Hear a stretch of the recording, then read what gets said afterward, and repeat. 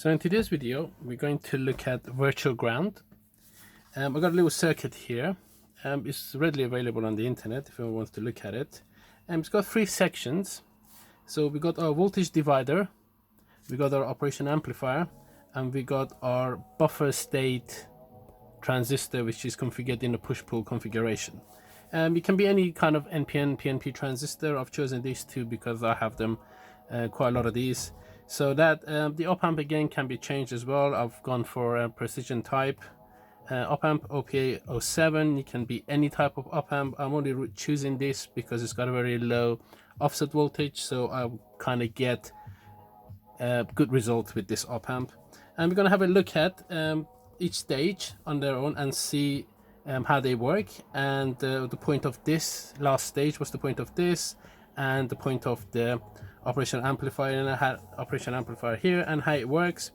You all know the virtual ground, you can have just two resistors as a form of a voltage divider, and the middle point can be a ground, and then you measure the voltage across your positive and negative, and as this one becomes a virtual ground, so you get half the voltage between them two here, and you get positive and negative. But the problem with this is that once you do that, you have to keep the resistance relatively high, well, high-ish, so you don't put any strain on your power supply.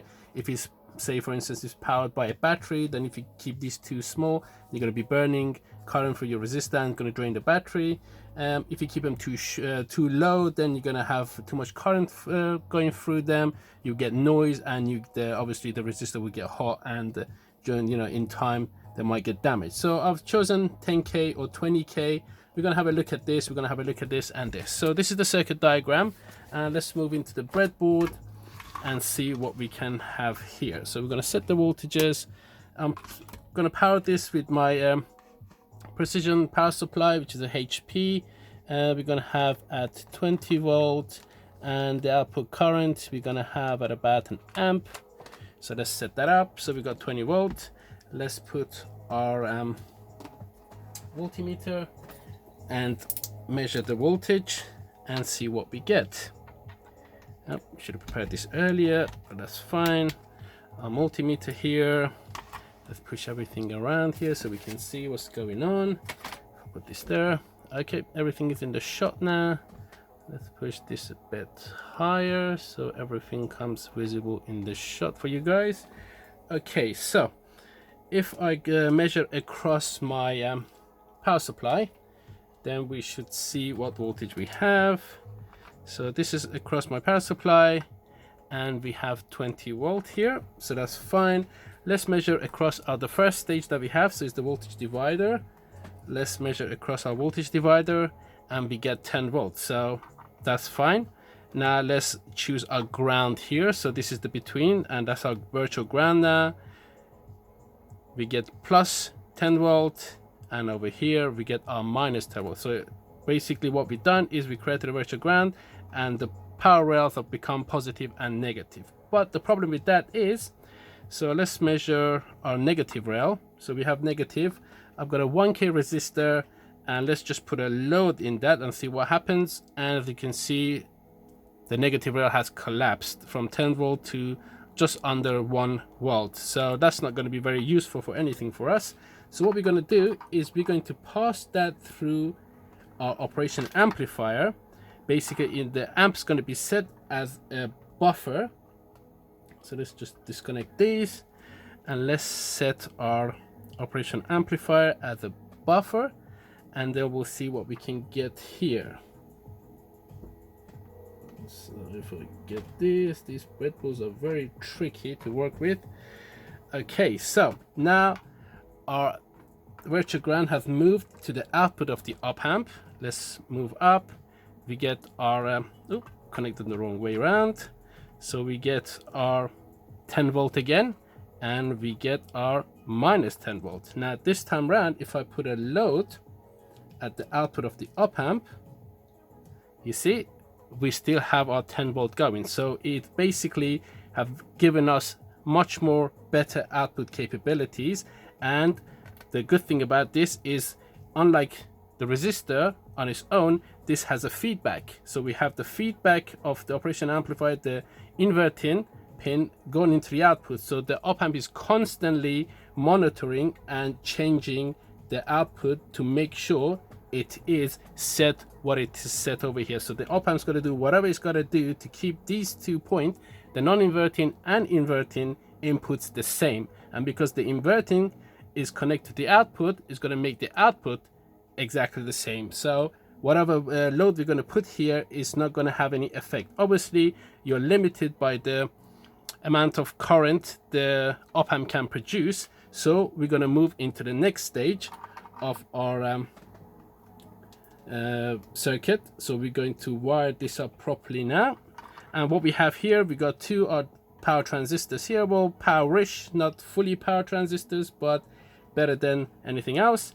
And we got our feedback now coming directly from the output of the push-pull transistor. So basically, the inverting, we're going to take it from the output of the push-pull. So whatever happens between here and here, the op-amp's going to compensate. So if there's going to be any voltage drop, the op-amp's going to compensate because the feedback is directly from the output of the push-pull.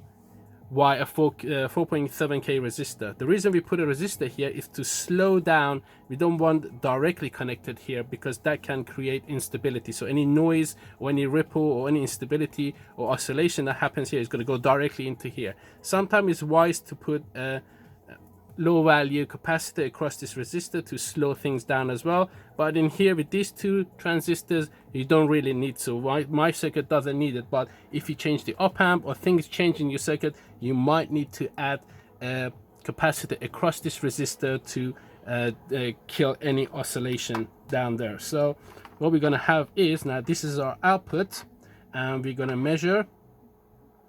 We have our, oh, that's not the output, is it? So what we have done here, we got down there and here. Yep, there we go. So this is our minus 10 volt and this is our plus 10 volt. And if I connect my load, let's just quickly connect the load to the output. Okay, so I've got my load set up there and let's see how much current does this provide for us. So if I go to here, let's see, this is a ground. If I go here, we can see we have our 10 volt and let's draw, say 700 milliamp. Yep, we're still at 10 volt. Okay, 160 milliamp, the output has collapsed, so obviously we can't handle that much. Let's do 100 milliamp. As you can see, the output is stable at 100 milliamp, but let's try to pull 100 milliamp from the op-amp on its own. So if we configure the op-amp as what we had before, and so we're not caring about the transistor anymore, we just want to see how much current our op-amp can provide for us.